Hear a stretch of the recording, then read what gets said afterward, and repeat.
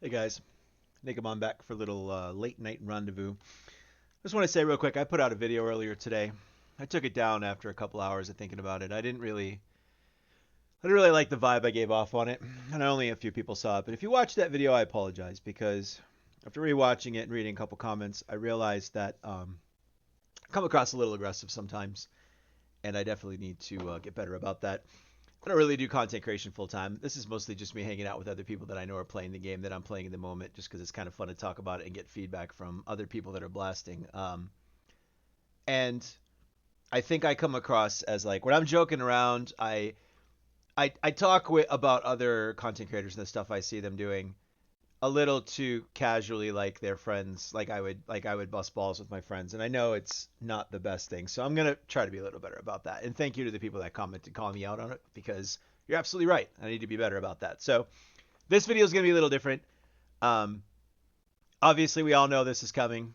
Now, I'm a little curious about what this is actually going to entail for Eagle builds.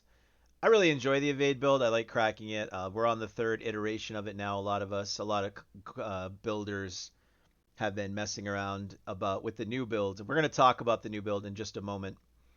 Um, but this is kind of fun, and I'm really bummed that this is coming. But it doesn't surprise me. Adam's explanation as to why this build needs to be changed makes sense. They kind of did this to Sorcerer last season with the Lightning and toning it down. My fingers are crossed that they have the common sense to know that a lot of their players are playing this build, and rather than make the build unplayable overnight, I am hoping they do something for us like give us a 3 or 4 times damage buff or whatever. I don't know. But I almost quit playing it entirely today. And then I was having so much fun theory crafting and building on the new iteration, which we're going to get into in just a minute here, that I decided I wanted to keep going with it because he does say at the end, we expect this change to come later in the week, this week. So I feel like we at least have a few more days to mess around with it. And if they got this completely to the point of it being unplayable, I'm probably just going to take a break for the rest of the season and just call it. Mostly because I hate the temper system and the fact that all my gear won't really be salvageable at this point because it's tempered into this spec. And I'm not going to go and try to get all new gear. So that's probably it, unless they've changed it so that we can temper items more than once and get rid of that stupid thing. I don't even get me started on the temper change. I know it's a battleground. I know some people are very adamantly on one side or the other when it comes to tempers. I'm on the side of fun. I think video games should be fun. I think bricking on table tempers isn't fun. It doesn't need to exist. The people that say it should, I just don't get it. They're like, oh, you'll be geared in a day. It's like, have you played this game? Have you seen how difficult it is to get the greater rolls that you want? Have you seen how difficult it is to grind for the masterwork things you want, especially now with the Forgotten Souls? No one's getting fucking geared in a day in this game. You could make tempers, infinite. No one's getting geared in a day. So I disagree with that argument. I don't like tempers. But that's a completely another topic for another video. So let's start talking about this build. We're going to talk about the third iteration of Eagle Evade. But before we get into this, I want to yet again bring back what I was talking about in an earlier video. And we're going to talk about it one more time in this video so that I can be crystal clear on what's going on here. This is a video posted earlier. Hold on one second. I'm going to make sure I have the other ones ready. By Screamheart, who's one of the many content creators currently working on different iterations of this build. He's very knowledgeable on it. He knows a lot about it. He's very deep in the tank on his iteration of it. He was rocking a Jack in his Shell build. He was the guy I was following in my first video when I said I saw the Jackaneth and I knew somebody was doing it. It was him. He's currently doing a different version, but let's watch the start of this video because I want to talk about something real quick. And the reason I'm using this video as a benchmark is because this was the video I was watching this morning that told me about this and led me to work on this. So here we go. If you were in my Twitch stream the last couple days, we were trying to figure out some of the bugs related around the build. One of the bugs was that when we went through a portal in the middle of pits, our damage was 4xing. Now what that means is I actually clickbaited you guys on my last video. But here's the good news. We got rid of the All right, just to comment on this real quick. This is a common thing a lot of us have been noticing. So there's some weird fuckery where like you'll have these moments when you're playing Eagle Evade and you go into a pit and all of a sudden you're just melting things way, way higher and you're seeing damage numbers you're not really overly familiar with. And you're just like, what the fuck is going on? Like, why am I doing so much damage? I've noticed it Woody talked about it on stream. Scream here noticed it. Everybody's noticed it, but no one can fucking explain it. No one knows what is going on with that ×4 bug. Although I might have a loose theory, and it touches on the next thing that he brings up right here. Consistent 4x, and then we 5x'd on top of the previous 4x. Now, if that sounds like a lot of confusing numbers, it is. So let me explain to you what happened. First off, we're taking unyielding out of the build. What I figured out is that unyielding was not providing us the bonus consistently. In fact, we're getting no bonus whatsoever from unyielding most of the time. Now, I can't 100% confirm that unyielding is where that other 4x was coming from, but it makes sense. So I believe the 4x we were getting in random situations, sometimes it would be when I was changing gear in the middle of the training dummies, sometimes it would be when I took a portal to the next area when I was doing a pit, but we were randomly getting like 4x damage. And it was extremely hard for me to track why that was happening. So he's absolutely right here. This is spot on. And it sucks because it doesn't make sense why unyielding isn't working the way it was. Now, this is exactly what I was talking about in an earlier video. I had some color commentary on this, but in truth, I should have put more work into testing this myself before I said anything about it. Because after watching this, and that's what I mean, like I'll say things in a video, but make no mistake. After I watch this stuff, I go, that's interesting. I need to see it for myself. And I almost always go commenting. So having my morning coffee and making a video commenting on that before actually doing the work was definitely a Neanderthal asshole move on my part, and I apologize for that. He knows what he's talking about. He was right, and I went and tested it myself, and sure enough, here I am earlier running simulations, just watching white numbers. Watch those white numbers. I took off a lot of gear to make the numbers really easy to track, and right there, you can see the buff. You can see unyielding is supposed to be active, but watch the white numbers. They barely move. They're basically the same. If that was working, those numbers would be 4 times bigger than they currently are. And his theory of the ×4 we're seeing in the pit probably being unyielding proccing makes absolute sense. Whatever it is that isn't making unyielding work, randomly it just does. And that's such a strange thing. Someone will crack this. Someone will figure this out. It'll be cool when we do, because I mean, for most of the time, we're probably actually not benefiting from it when we think we are. And that's obviously a huge multiplier to lose. I mean, we could be doing 4 times more damage than we are regularly, than we currently are. And that's kind of interesting because if we were doing 4 times the damage, I think the build would actually be a little more competitive against some of the other builds than I thought. Like it's actually pretty good damage if you take the new build, the ×3. So the key thing here is everything we're about to talk about with the new iteration of the build, we're just going to assume unyielding isn't working. Like we know it is awesome. We know that it would theoretically be powerful, but based on this testing, for now, we're just taking it out of the spec, and we'll worry about it down the road when it starts working again. It might require some regearing, which is annoying, but for now, it seems pretty convincing. Now, what I've done is I've created a build guide. I spent some time on this tonight because I was actually very curious about this. I actually created this build. I'm going to post this at the end with this build guide.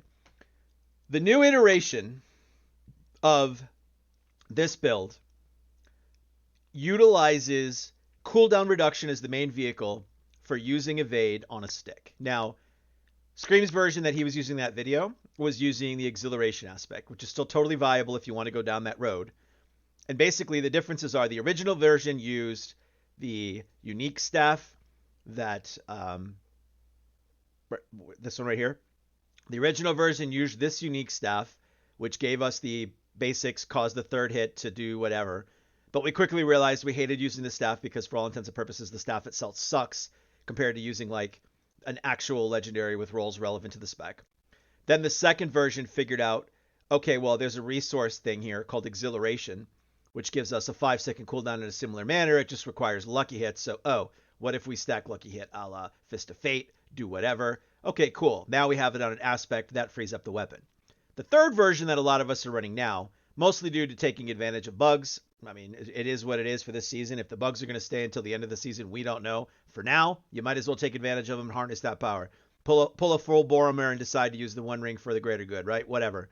We're using a new concept where we're stacking CDR. In concept, the way this works is if you can get your evade cooldown low enough, the basic attack will still give you the 5 seconds back per 3 stacks. So you need to get your evade down to about 1.5 to 1.6 seconds because at that break point, Every time you click evade 3 times, you're getting your stacks back. Now, what's interesting is after the patch, when they make it so we can't spam this, the hope is they're going to increase the damage to offset the fact that we're losing it. Now, who fucking knows how merciful they're going to be on this? If they wanted to realistically give us like the proper amount to make this still as strong or even a little stronger than it already was, it would probably have to be a 3 to 4 times multiplier minimum. If they give us a double multiplier, it's probably dead. Double wouldn't be enough. We can realistically click that button 3 to 4 times in the time it would take a normal full evade animation. But what's cool about this is when it's a full animation, let's say the damage is the same. Let's say we're getting 4 times damage. I know that's a pipe dream, but let's say we're getting 4 times the damage for 1/4 the animation speed. That's actually not that bad. And what's cool about it is the CDR breakpoint to get our stacks back would then be lower because we're having a natural window of time passing that the animation itself has to go through. So it's giving us extra time. So it would be a lot easier, primarily on like the boot roll, because right now to do this, you need like a masterwork on your boots, which is really, really annoying. But it would be a little easier with the animation. So there's a chance this build survives the patch. We'll see. I'm trying to be optimistic. Who knows? But there's 3 different versions that people have been doing, myself included, gearing for. And I was really hard in the paint gearing for one of them. But now I realize tonight I was like, you know what? I'm going to create my own versions of these and I'm going to compare them. And I'm going to see which one, using the power of math, ends up being the best of the 3. Now, if you go back and pause that, you can skip a whole lot of this video by just cheating and pausing and looking at that spreadsheet yourself to see my results. But for those of you that want to go through the process for a few minutes, let's do it. So the 3 builds that are very popular right now is a Shaco build, which utilizes the very, very high cooldown of Shaco combined with the evade of the boot to create enough evade to get our cooldown down to the point where you're good to go. These are the only 2 you need in this version of the build. You don't need any more of this. Okay? Now, there are pros and cons to this. The pros are this cooldown is universal. So in addition to giving the cooldown to your evade, you're also giving a cooldown to all your other skills, which is pretty handy. Some of the cons to this build are Shaco in itself, not very strong otherwise. Now, before finding out that unyielding hits wasn't working, I was more in favor of the Shaco build because the armor that it provided was a little more relevant. Because what you're going to see is all 3 of these builds are utilizing interdiction on the neck because it's benefiting so much right now from the resolve stacking meta that it just makes sense to have it in this slot. It's stronger than any other option we currently have. As a result of that, it frees up the ability to move unyielding to either a ring or a glove slot if it was working, which means in order to do that and get away with it, we need to have 5k armor. Shaco actually gets us pretty close to that very comfortably. It's not that hard because it has the armor roll in it. But right now, that armor is kind of pointless. All it really provides us is it makes the 1000 breakpoint. You're going to notice this. I always factor in incense on this, so we're always going to be like 300 shorter than we need to be. But you don't really need a whole hell of a lot of armor otherwise. Typically, you want armor on 2 other pieces. So like pants and boots typically. But for now, I just changed the armor on like pants on this build to resist all because why not? We got the armor over here. We're good to go. So that's the first version of the build. The second version of the build says, you know what? We still like Air of Perdition. We don't want to get rid of Shaco. We want to keep this because we really like the 60% and we really like the critical chance that this helm provides. Now, what's interesting about this version of the build is in order to reach the breakpoint, they still have the cooldown on the boots. They add the cooldown to the amulet and they take natural cooldown on the amulet as well. A few things to note on this. You pretty much need the cooldown reduction as a GA on the amulet. You also pretty much need really, really good rolls on the evade cooldown reduction temper, and they basically need to be triples. It is a tight window to meet this, and you basically have to have it perfect to hit it. But you will in this situation. Now, again, let's talk about the pros and cons. Pros. You're getting a 60% from Air of Perdition. Obviously, that seems like really, alluring math. Is it the best, though? Well, that's tricky, because if we go back to the Shaco build for just a second, let's keep in mind, in this example, we no longer need armor percent as a roll because we know that unyielding hits isn't working, which allows us to take upwards of 2 passives if we're so inclined. Now, I realize getting 2 passes is not easy.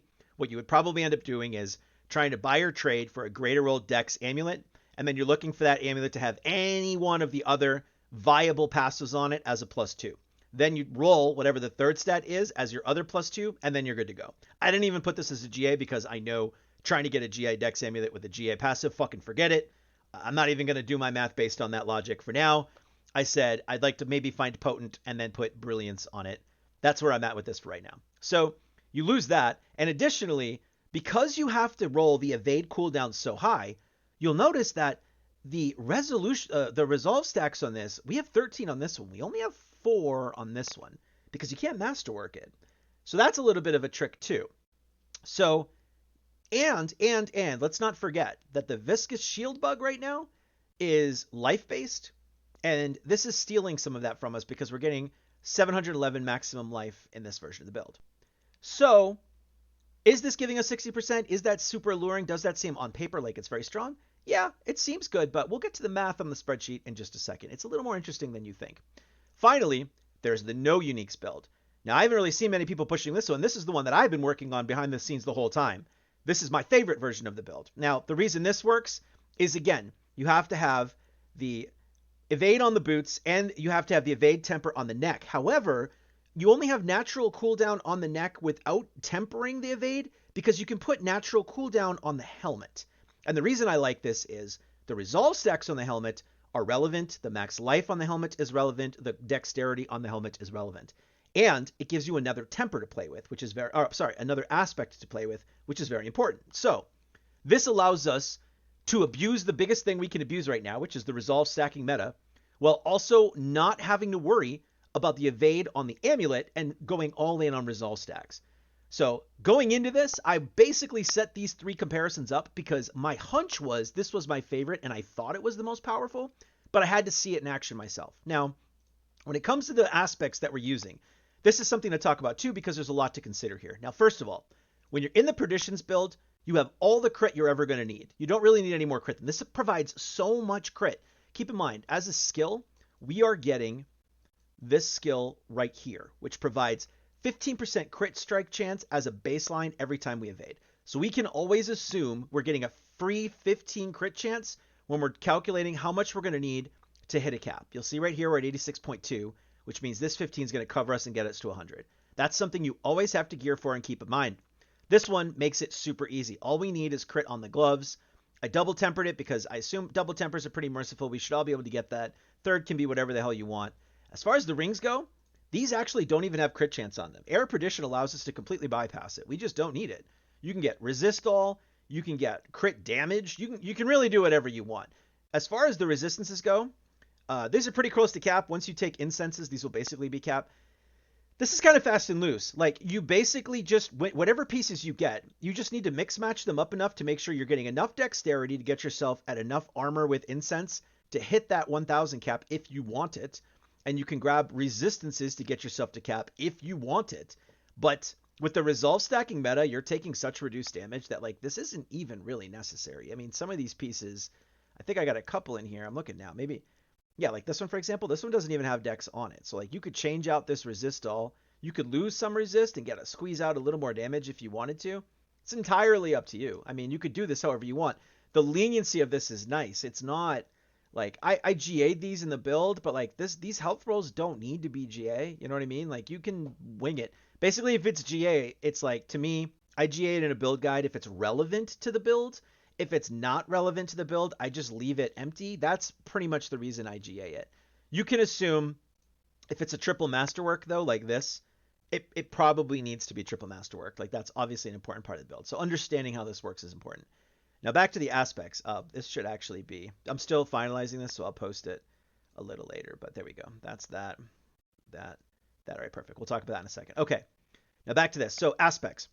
It's important to understand the best aspects we have for each designated slot.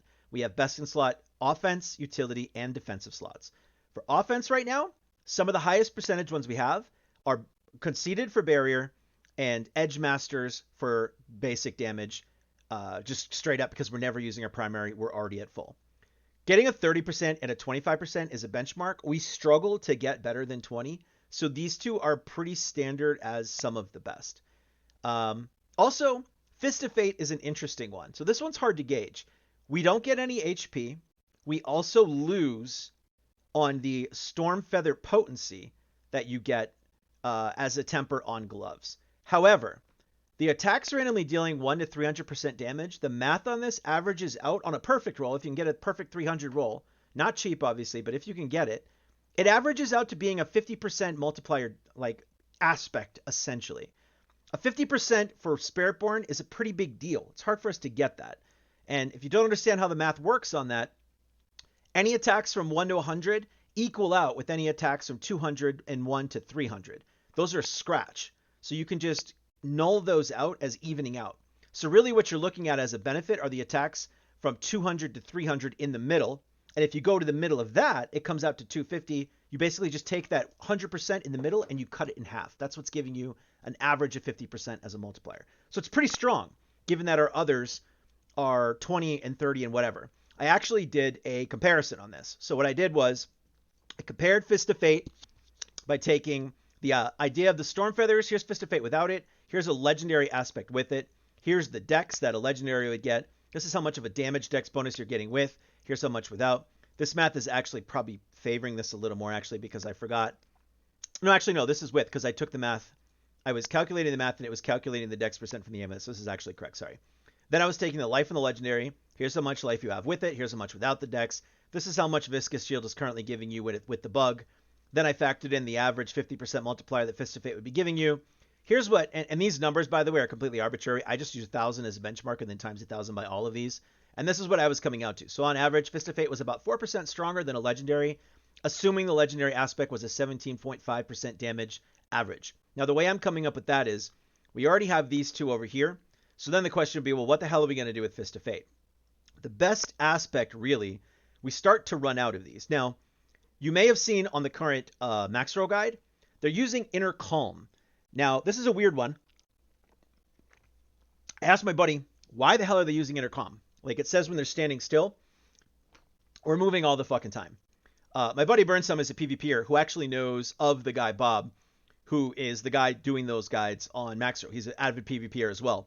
What he explained to me was, in Season 5, Sorcerers had a meta where they were using their evade teleport to move them, and as long as they were holding shift, it didn't count as moving. So essentially, you could hold shift as the stationary thing and use your evade, teleport, move, whatever, without the game actually thinking you were moving. Therefore, even though you were evading, it still technically counted as standing still using Inner Calm. I assume this is why Bob put it in the build. What's interesting about it, though, is I went to a test dummy to test this, and it took me 2 seconds to realize it wasn't working. I was trying to hold shift. I was trying to stay. Maybe I was fucking something up. This might be a me problem. If someone else can confirm that they could get this to work. I personally could not get this to work. I tested it and tried it. It was not working for me. I would sit and watch for the buff to come on. I would evade. Buff would disappear. So I think this is an oversight. I think maybe he jumped the gun on this, thinking it was working because it was working for Sorcerers in Season 5. That's my best guess. I couldn't explain it otherwise. I could not replicate this. Someone else can let me know. I'd be interested in knowing about that.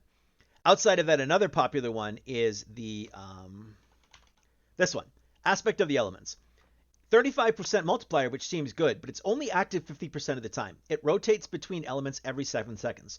That's why I used the 17.5 math, because in my head, that was the best we were going to get from this. We weren't going to get better than that. Now, interestingly, I guess I could have gone to 20%. There's the reason why for that. In any build that doesn't use perditions, to get to the crit cap, you're going to need to use the gain 2.5% critical strike chance for 5 seconds up to 25. You basically need that rune word. Now, interestingly, in the current meta using the Viscous Shield bug, there is a rune word that gives you 20% maximum life.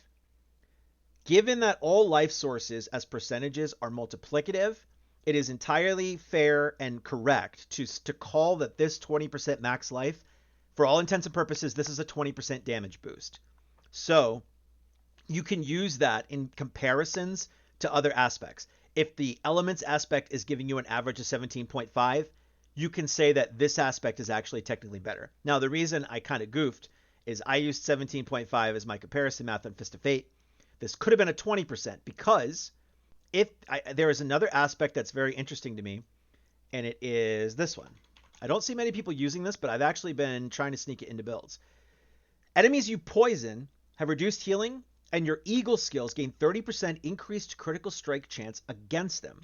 This works in our build. As long as we use Scourge to poison enemies, this will proc. I tested it. So this is technically a 30% crit chance bonus, which in theory can negate needing to use this rune word, which then again means we can put a 20% bonus here. So the reason I goofed this, and I realize this now, and I'd have to recheck the math, and I could check it right now. You know what? Honestly, let's pretend this was a 20%. Let me see how much this changes. You'll see this in real time, because now I'm actually curious. I don't know that it changes, and I'll explain why in a second. If I did 1,000 times 20 instead of the 17.5, then times the 7.6 for the shield, add on the dex bonus, then I'm calculating the max life bonus. So now I'm at 1,249,361. So now I'm actually still behind. Never mind. So even with that adjustment, I'm actually still just a little bit behind. Not quite 4%. Closer by a little bit, but still behind. Now, the reason I was saying I'm not actually sure, even if this went ahead, if I would care, is because the one secret advantage to Fist of Fate is the boss stagger. You really can't underestimate that lucky hit up to 100% chance to apply a random crowd control effect. It's really strong. Like, it really does stagger bosses incredibly fast. And what's cool about it is it allows us to take all of this math into consideration. These things that we use on pits against elites, like the 40% damage when they're crowd controlled, the faster you can stagger bosses, the more relevant these actually become. And they inch closer and closer to being damage mods that we actually want to pay attention to. So that was interesting math to come up to. But in the end, I think Fist of Fate is better. Mathematically, it's better. It's also the fun choice because, let's be honest, seeing those crits when they hit with a 300% multiplier and we get to take those screenshots of those huge numbers and pretend like that's like what the build quote does. It's great, right? It's a total fraud, but it's awesome. So that's fun to see big numbers, and you get the lucky hit chance. It's just the best choice. I have it in all three builds right now. I think it's the best. I can't. Also, and the max roll guide, they also have the block chance resolve thing on the amulet. They have it on the pants interdiction, and they're not using Scourge, so they move. I like Scourge. I don't know. It's just one of those things. I like it. You don't have to use it if you don't want to.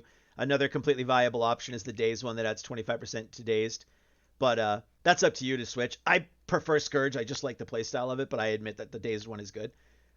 But they had this on, not on the amulet. They had conceded on the amulet instead. I ran math on this too, just to check. I was comparing, like, with 49 resolve on Ami or on mech. Here's how much of the bonus you're getting. Here's how much that equates to with redirected active.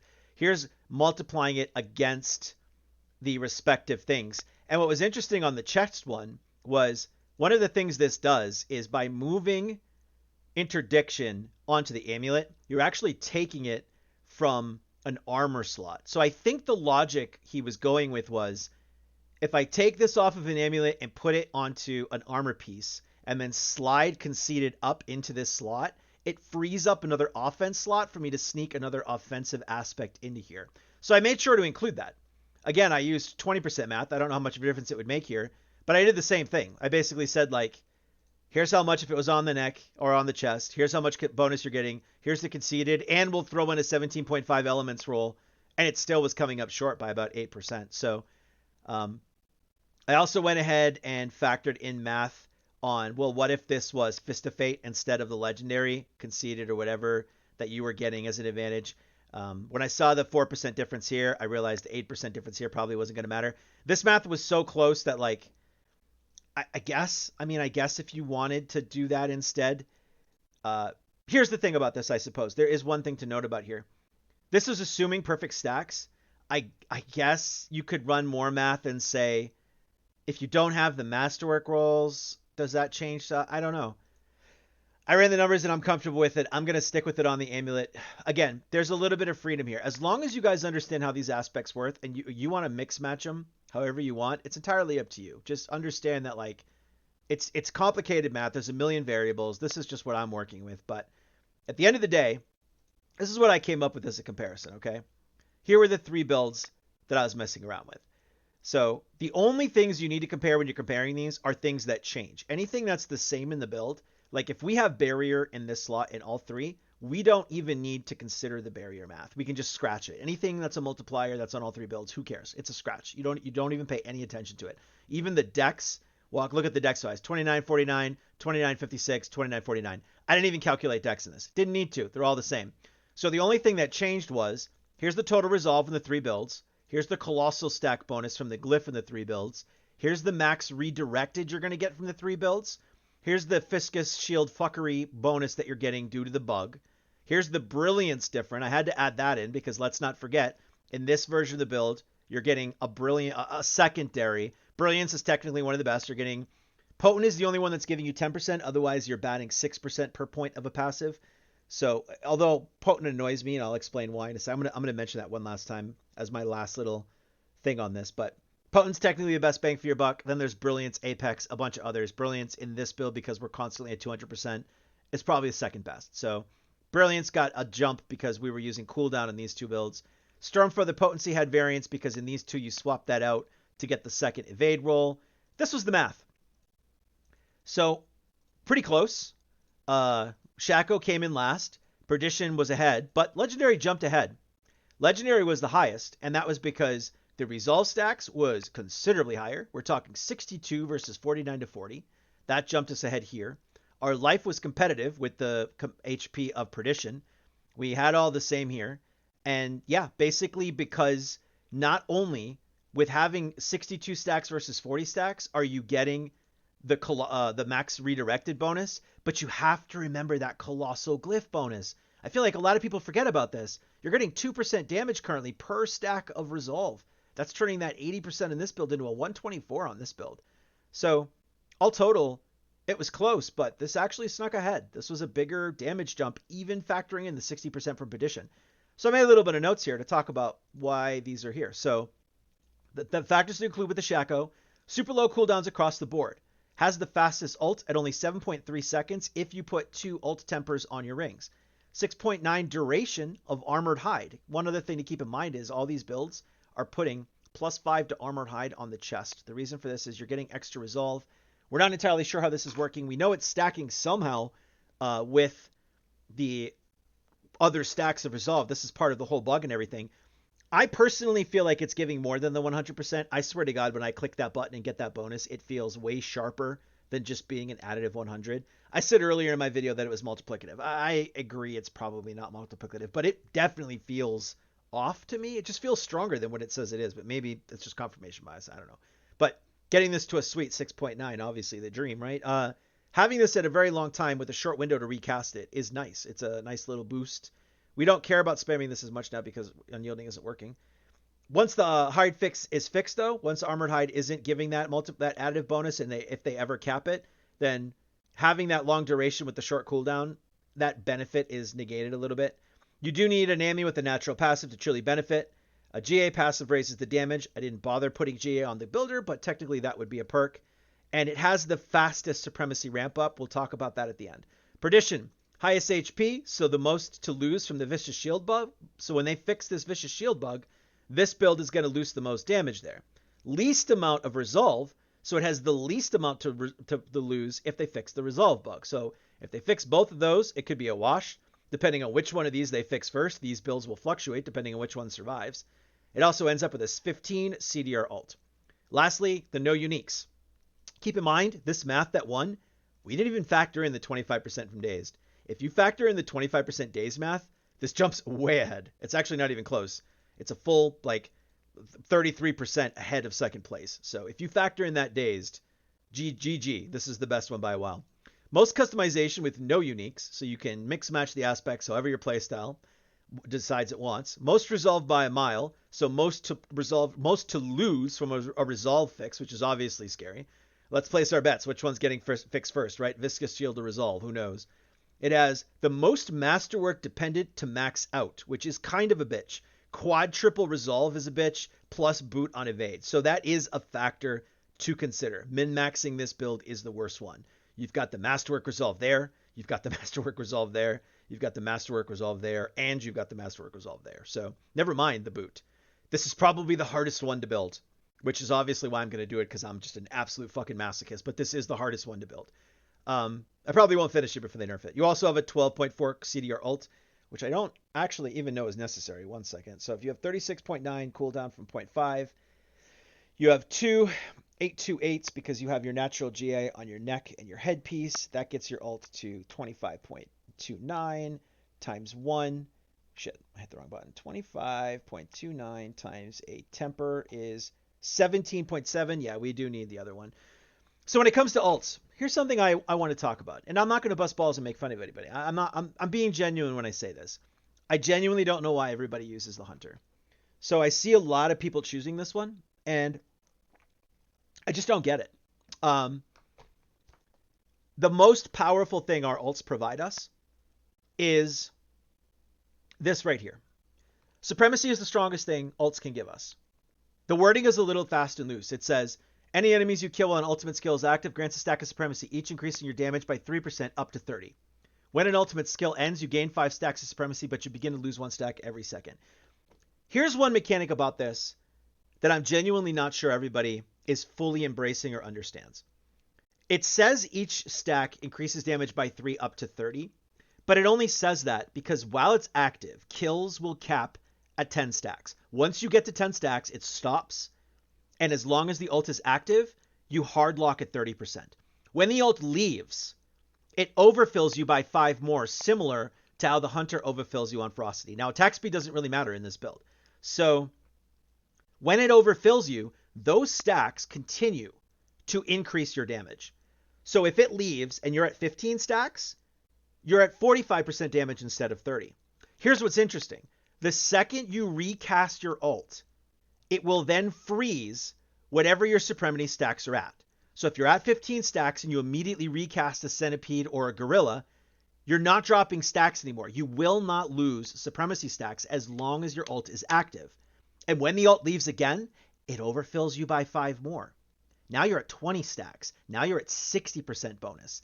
This will continue to stack until 30 stacks.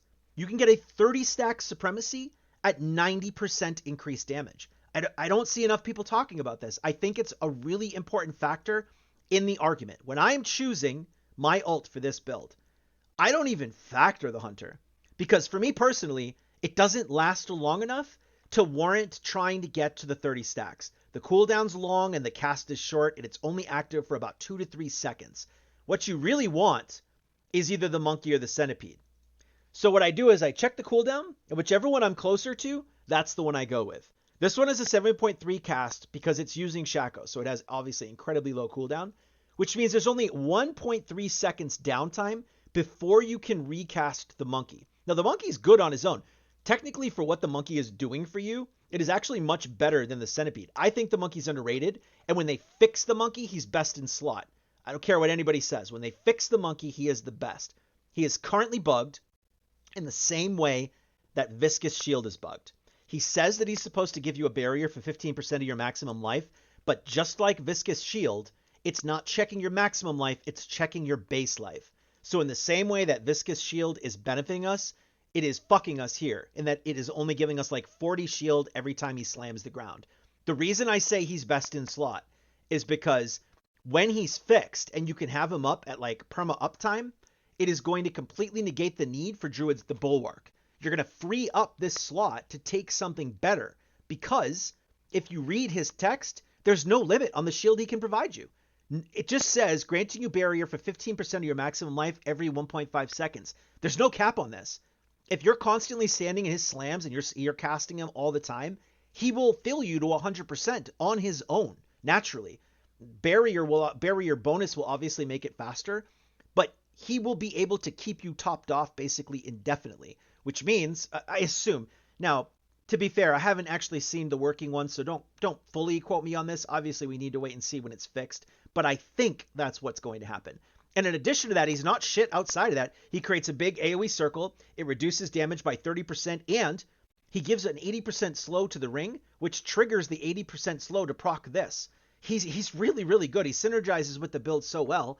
It's just a heartbreak that he's not giving us the shields because he's bugged. However, He lasts for 6 seconds, and in this build, you can cast him every 7 seconds. You only have a 1-second downtime.